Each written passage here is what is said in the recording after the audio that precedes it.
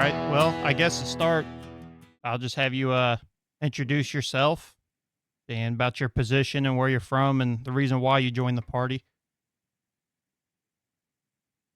Okay. Yeah, my name's Jacob Luetkemeyer. I'm the state chairman for the Constitution Party here in Missouri. And just a little bit of a background. Um, well, first of all, for some of my personal information, I have a family, a large family, married for 23 years, have 10 children, two grandchildren. And I got involved in politics. It's been a long time ago, actually. It was in and so I jumped right in at that time. I jumped in the Republican Party, kind of got involved a little bit. Didn't really dive in too much to issues or do anything like I'm doing now, but I tried to be informed, at least be an informed voter at that time. 2004 election kind of came around, and I had been doing some questioning. Looked at the Libertarian Party. Wasn't real familiar with the Constitution Party at that time, and then in 2008 kind of what happened is Ron Paul was running for president, and it was a very controversial. He was a controversial candidate within the Republican Party, and that's when I really dove in, learned about how the parties work internally, the administrative part of the parties, and was engaged during the Ron Paul campaign. And it was through that really kind of was the final, what made me finally decide to move away from the one of the major parties. And it was because of what I was doing is I was researching his ideologies and finding out and be factual, and they align more with what I see in the Constitution and in the founding fathers and just the vision that they had for the country.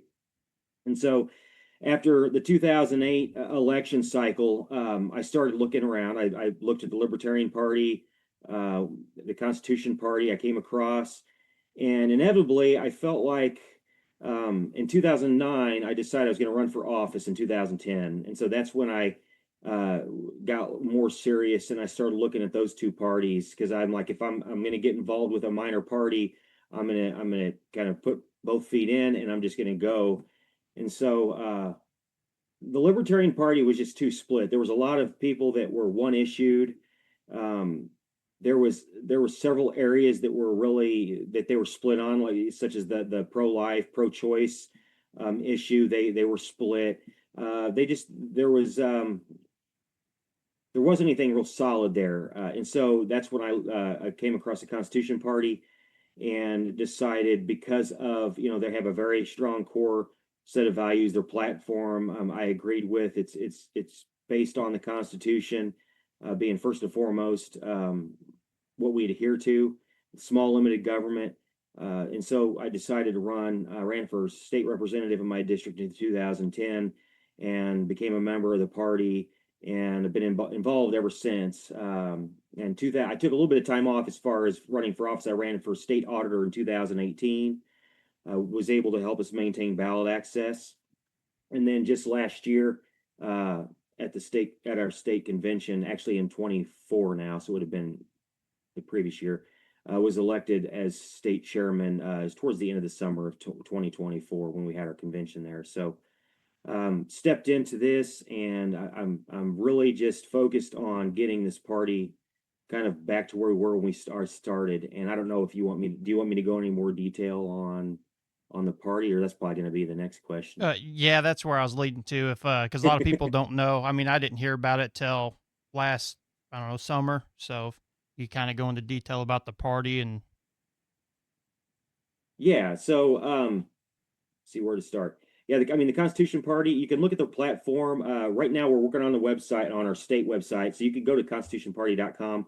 They have their platform there, and so you can read it in depth there. But my strong focus with being pro life, pro gun, the pro Second Amendment, all the way. There's no exceptions on either of those issues. It's either it's pro life, life begins at conception. With guns, it's pro Second Amendment, and really, I mean, it's pretty much found the Constitution, the founding documents is what they adhere to. The other thing that I like about the party, and this is something that the Constitution Party does that most of the other parties don't. In fact, I don't think any other party does that I'm aware of, and that's they vet their candidates and their leadership. We have a questionnaire and an interview process that we go through to try to make sure, and you know, you can't really be 100% for sure, but we try to make sure that the person has character and integrity. And that's something that I mean, it's probably really the number when it comes down to it, the foundational problem we have within our government these days is people are going, they're voting for a party based on what they know of the party. They don't know the people most of the time. They don't know their values, what they stand for. And so it's kind of like a blind vote. And what I liked about the Constitution Party when I was researching it is that they were more geared to making sure that the running candidates and those involved in leadership um, adhere to those values of integrity and transparency, accountability, small limited government, not willing to just talk about small limited government, but actually understand what that means as far as applying it to the process.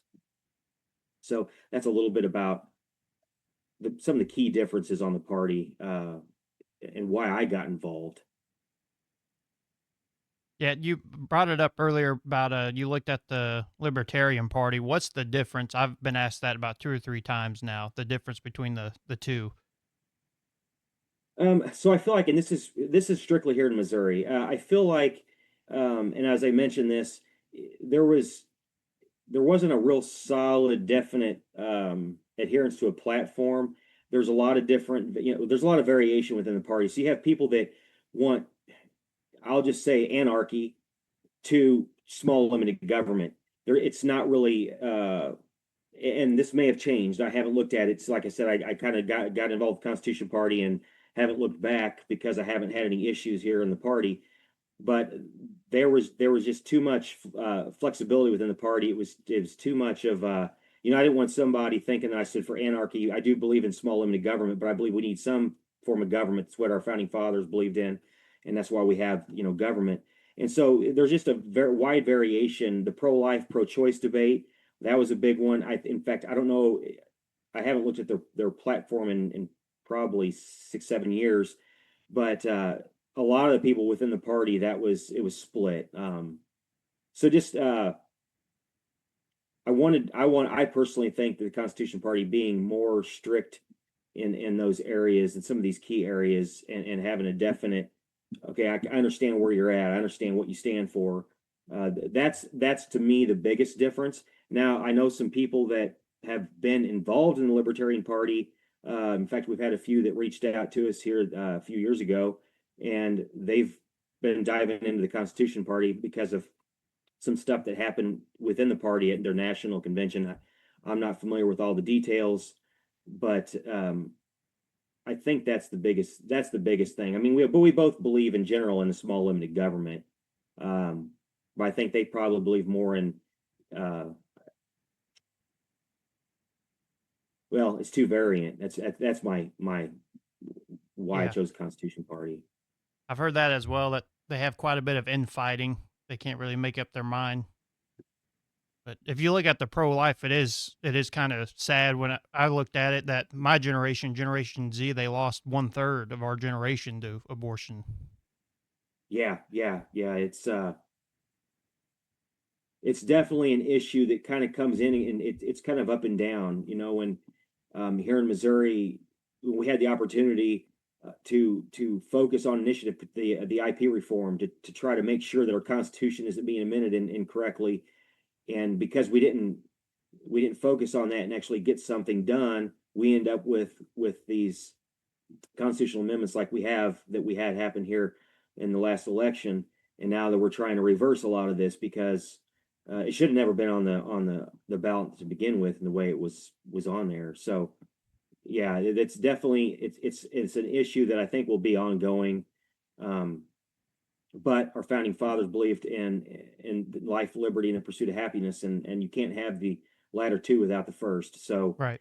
we're very uh, very we're not swaying at all from life begins at conception. Right. You brought up that was it you said 2018 you got ballot access. Well, we had ballot access. So I joined the party in 2009, and they already had statewide ballot Okay. access.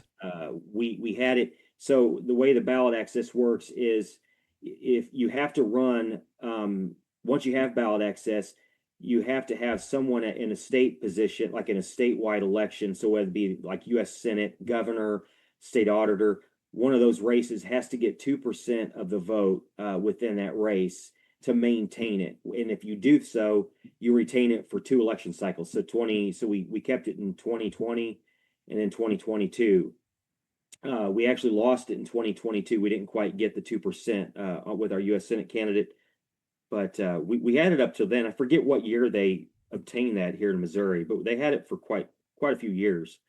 And a lot of that came down to in 2016 we noticed, and I think all the minor parties noticed this, especially the Libertarian Party and the Constitution Party, that when Trump ran, being a non-establishment Republican, a lot of people got behind him, and so they kind of left that movement of liberty-minded, small limited government-minded parties with the Libertarian Constitution Party, and they kind of moved it back over to the Republican Party. We've seen kind of a dip, and that was at the point where we ended up losing ballot access there a few years later. So, but for the same thing, Trump running in 2020, a lot of people wanted to get behind and keep him in there, and so we've seen a lack of support for during that time frame. And so now people are starting to wake up and realize, well, even if you get a president in there that has good intentions and is trying to do what he can at our state level, it's not happening, especially. And even at the federal level, there's a lot of Republicans that are still they're really Democrats just wrapped in a Republican agenda, that the way they vote is really more Democrat. So that's kind of the history on the ballot access. We right now we're currently working to regain ballot access. Yeah, so you brought up about people are waking up a little bit. For Missouri, I wouldn't say at a federal level, but Missouri, what are some of the biggest lies you see or that you've noticed between both parties where it's kind of a uniparty system working together? Well, we kind of see this, and I haven't had a chance to really focus on this previous year because it's been really crazy, and then trying to work with the party to Yeah. get kind of moving forward and rebuilding. But I noticed over the years we have a lot of good legislation that ends up not ever hitting the floor for vote because of the speaker not allowing it, not putting it on the calendar to be voted on. We see things not coming out of committee, or we see things coming out of committee and then they're tabled, and it's we see that as a bipartisan effort. It's especially when you have the majority, like we've had the majority Republican in the House. We should be able to move some of these things through, but they're kind of working. They're tabling these things. The IP reform, I believe we actually had a bill that was passed out of committee, and then it didn't. It kind of got dropped at that point. All they had to do was put it on the floor for a vote. So, I mean, that's one thing. I'd like to dig into, maybe in another interview, dig into some of these issues, but property rights, we see a lot of property rights issues happening, and it's bipartisan. You just look at the voting records. Right now with this whole new Amendment 3, we have a lot of Republicans supporting this new Amendment 3, and they're touting one piece of it, but they're not really explaining the full extent of what the bill is encompassing. And they're allowing things, and I'll just mention one example. And I believe this was in there. I haven't seen all the go back, the back and forth, but there was a part in there where it required for a rape or incest victim to have proof, like a police report showing proof of the rape. Well, they've taken that out of there. So there's not been any teeth. The Republican Party, if they're pro-life, they really should be working on a true pro-life change, and they're not really, they're giving in too much to the other side to try to get something passed, but it's not really worth passing. So we could probably dive into a lot more,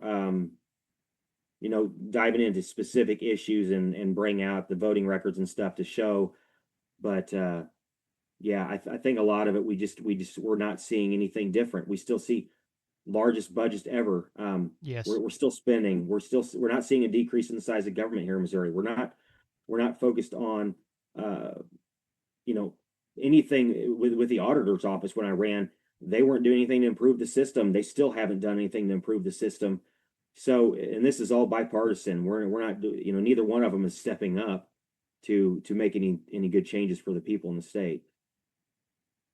Yeah, the budget, I went over that on my last show. I kind of spoke about the December 29th report released by the state auditor about the fiscal cliff. How, we're spending over 900 million a year extra than what we're taking in. So, Yeah, and recently come out that we're going to end up going through our surplus by yes. what's it, 2028 or 2030. Yeah. That's not very far off. No. And that's if we don't have a recession. Right, right. An actual declared recession. Yeah, yeah. So I've had people, whenever I bring it up about the Constitution Party, saying that they've never seen a third party win elections, but we've won local elections, correct? Before. Yeah, I forget all the history of local elections. I know there are offices across the country that have been won by the Constitution Party. I think when we come into this discussion, something that a lot of people don't look at is uh, the idea of there's a lot of uncontested races out there. So this is something that I brought up. I think it's been 2022, and I may be getting my years mixed up, but there were 88 House seats uncontested. That meaning either the Republican or the Democrat that won the primary had nobody contesting them in the main election. There was no option at that point. So uh, the viability of a minor party winning an election, that's kind of like a false argument. We have the ability to win elections. It's merely the people's mindset in recognizing that uh, they need to go into that booth to vote, and they need to vote their conscience. They need to vote based on the person's integrity, character, and instead of worrying about being on a winning team. I think we see that a lot. So I think that we can win elections. Up until now, the last 10 years, I've seen a major shift in knowledge. People wanting to understand what's going on within the government, wanting to know where their money's going, wanting more accountability. And I think now there's no time better now for. I think people are they're at the point where they're willing to vote minor party, um, especially in these uncontested races. We have a lot of them across the state. It's every election cycle we have quite a few uncontested seats, and I haven't even dove into the county races, but I hear a lot of uncontested county races as well. So the House seats that go uncontested, has that always been a thing, or is that something that has just increased over the years with technology? Like my generation, do you think we don't pay enough attention or don't want to get involved? No, it's been a thing, especially here in Missouri, for quite some time. I mean, I analyzed. I was going to try to pull this up. I don't have it up right now, but um, I analyzed the last I think 5 election cycles, and every one of them had. I think the smallest number was 26 seats uncontested in our House. I didn't even look at. I got the Senate. I started analyzing the Senate seats, but didn't get very far. But I mean, it was anywhere from like 26 all the way up to 88. I mean, 88 is half of our House. We have Yeah. 163 seats, I think now, maybe 165. But I mean, that's over half.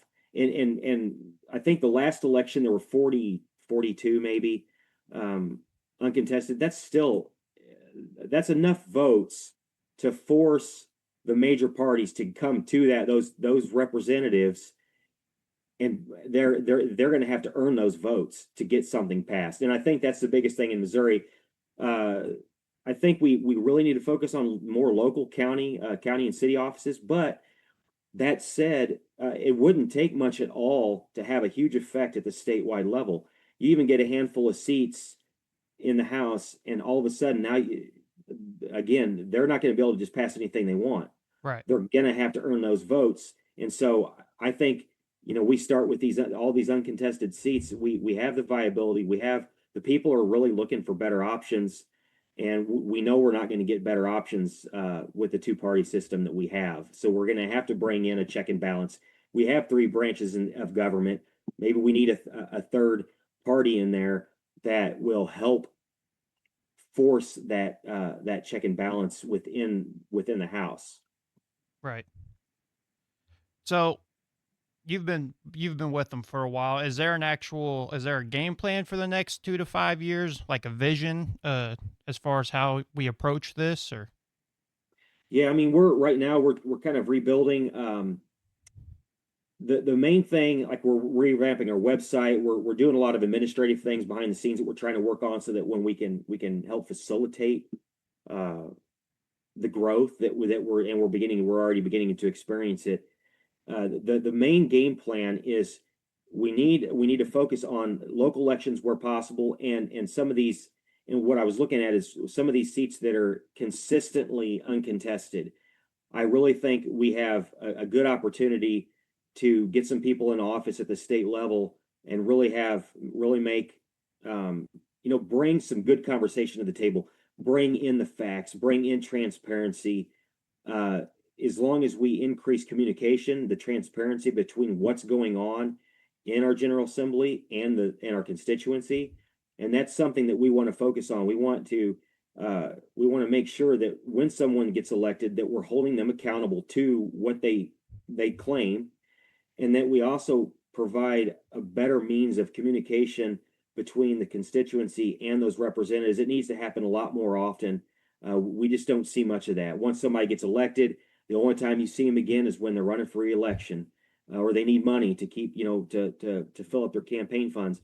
So, I mean, our plan is to kind of freshen up our website, get that up and running, and then also we want to really start building out the counties where we have support. We want to increase that support, try to run people for local office there, and then again, if we can focus on some of these areas where the representative districts are running uncontested, we want to kind of put some focus on there and push some of our efforts there. Uh, let's see. So you brought up earlier about uh, having seats in the Missouri House. Do you have any kind of ideas for bills that you would want to have put in as a party member if we had at least 5 seats in the House? Something that you would propose first thing? Well, I mean, there's several areas that I would like to hit up. Years ago, I was working with a group on a sound money bill, our monetary system, and then we could do a whole call on our monetary system. But the value of our purchasing power value and the purchasing power of our dollar has dropped, and it's because we're using unconstitutional currency, fiat currency. And so something we can do in the state is we only have the ability in the state to utilize gold and silver as legal tender. And so something that we could do here in this state, and something I would like to see done, is to propose a sound money bill, something where we are offering and utilizing um, a, a money that's backed by gold and silver like it once was, that holds its value, that's not controlled. The value of it's not controlled by a handful of banks. That would be one area. It's not something you hear talked about a whole lot, but I mean the economy. I think everybody realizes what's happening with the economy, and it's not just wages trying, going up, and all these things causing the cost of goods to go up. But our salaries really aren't increasing at the same rate, and it's because that value of the purchasing power of our dollar is just not.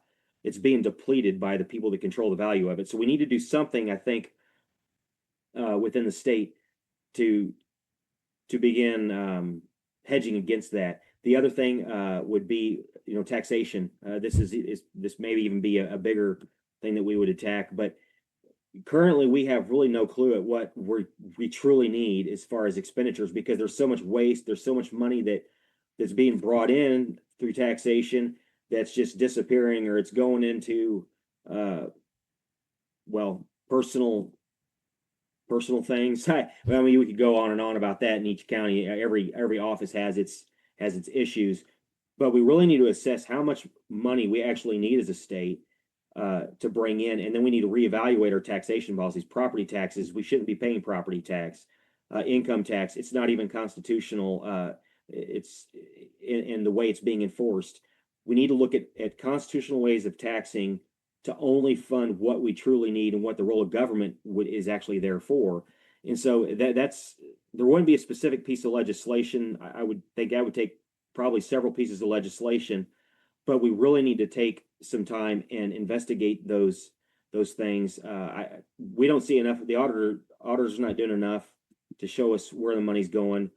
I mean, they're even behind. I mean, counties, there's so much fraud going on in all the counties that you just can't keep up.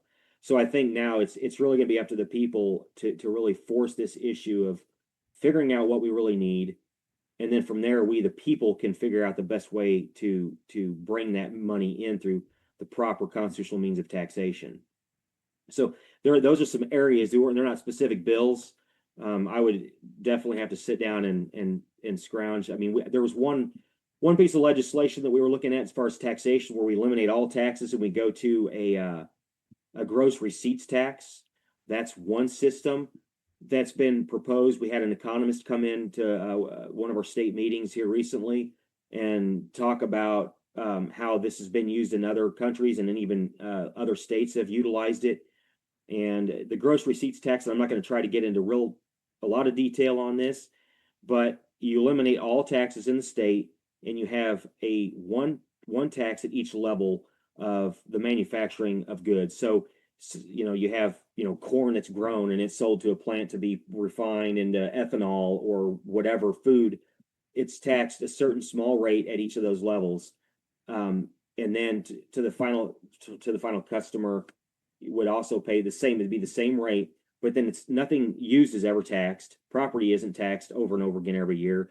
There's no tax on income. It's that one tax. There's no. I mean, there's hundreds of taxes that you won't even think of, that we don't even think of as being taxes, but they're hidden within the cost Yeah. of goods. Those would all be eliminated. So that's one. That's one thing that's being that we've looked at legislation. We're trying to look at numbers to see what that rate would be, to actually get that legislation sent over in to a representative, or if we had representation there, we would file that. That's another uh, that's another option. I mean, it's endless and countless of what we could, what we would do, but that's probably a good start. Economy, um, the economy is a big thing that everybody feels. Do you know of any countries that currently use it that could be used as like a blueprint? I would have to look. I'd have to go back and look at the information that we got from that economist, and get his name.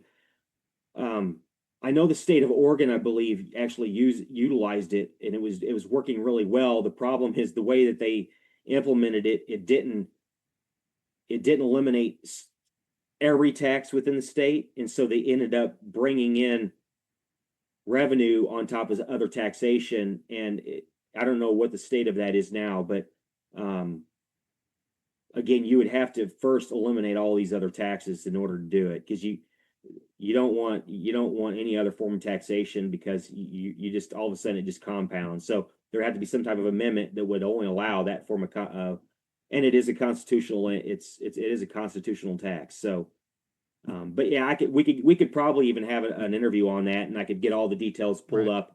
I've got a lot of those on my computer, and we could discuss that in detail.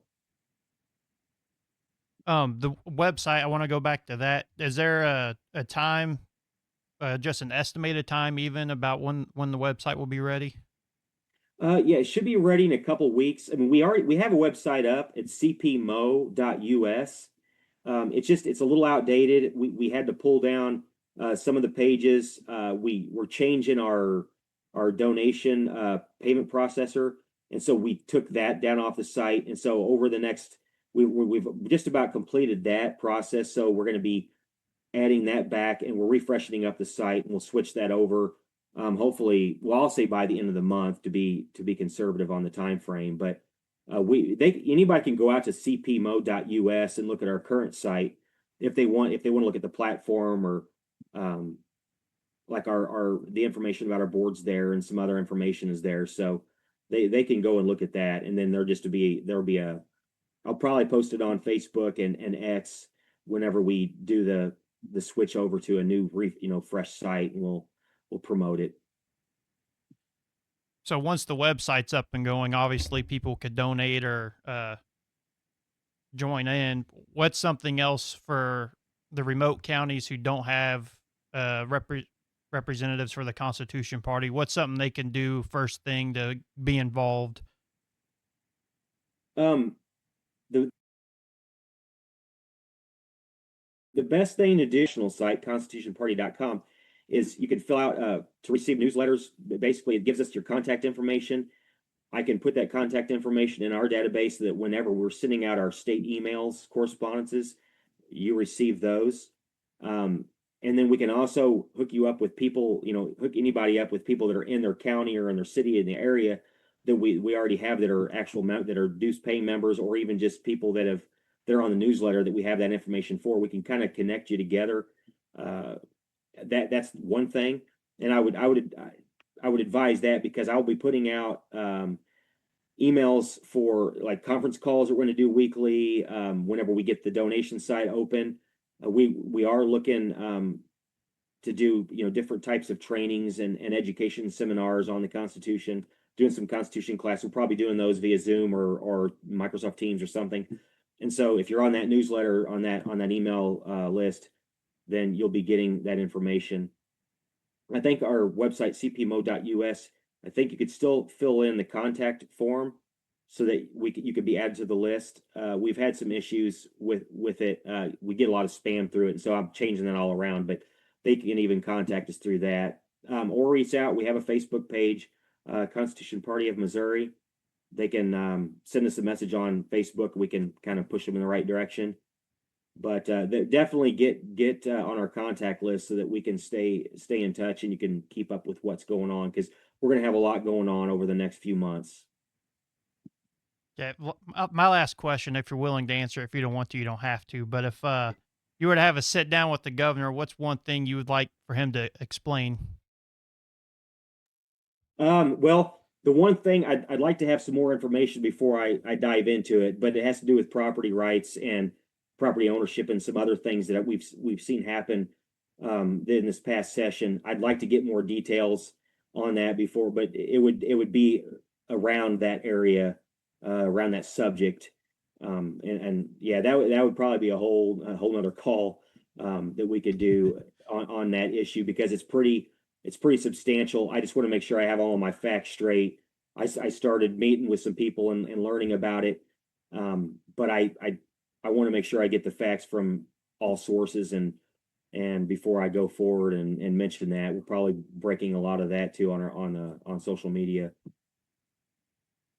Well, is there anything you'd like to add that you think we didn't touch on? Not tonight. Like I said, there's a lot of issues that I think we could dive into more in depth. That where the party feels, and even me personally. I can't really think of anything else. One thing I do note: we homeschool our kids. I didn't mention that in the beginning. I have been involved in several groups. Before I got involved with the Constitution Party, I was part of the Republican Liberty Caucus here in Missouri. So I've been involved in several, I'll just call patriot groups, different Tea Party groups, taught some Constitution classes, here and there. And so if anybody has any more questions on my background, they can reach out to me. Other than that, I think doing some more interviews in the future around specific issues and topics would be a good way to keep diving in and actually get a lot more Yeah. information out there. Yeah, I enjoyed this. I really appreciate you trusting me with the opportunity to do this. Yeah, I apologize for kind of being a little more scatterbrained. No. It's just been kind of a crazy year, end of the year, and we got a lot going on. So I appreciate you giving me the opportunity to kind of talk about some of our party and some of the other things that we mentioned, and Yeah. anybody that listens to your show and everything. I just appreciate the opportunity to get out there. Missouri, we got a lot of work to do, so Yeah, we do. it take a lot of effort. Yeah, I got excited and I sprung it on you kind of last minute, so I appreciate the short notice. Oh yeah, yeah. No, I have no problem at all doing the interviews and or even coming to meetings and opening up the calls. We'll be doing calls weekly here, probably starting next week. So I'll be putting that out in an email, and you can even push that out to your listeners. Okay. All right, well, I appreciate it. Yeah, I appreciate you. Thank you. Have a good evening. Yep, you too. Yep. Take care.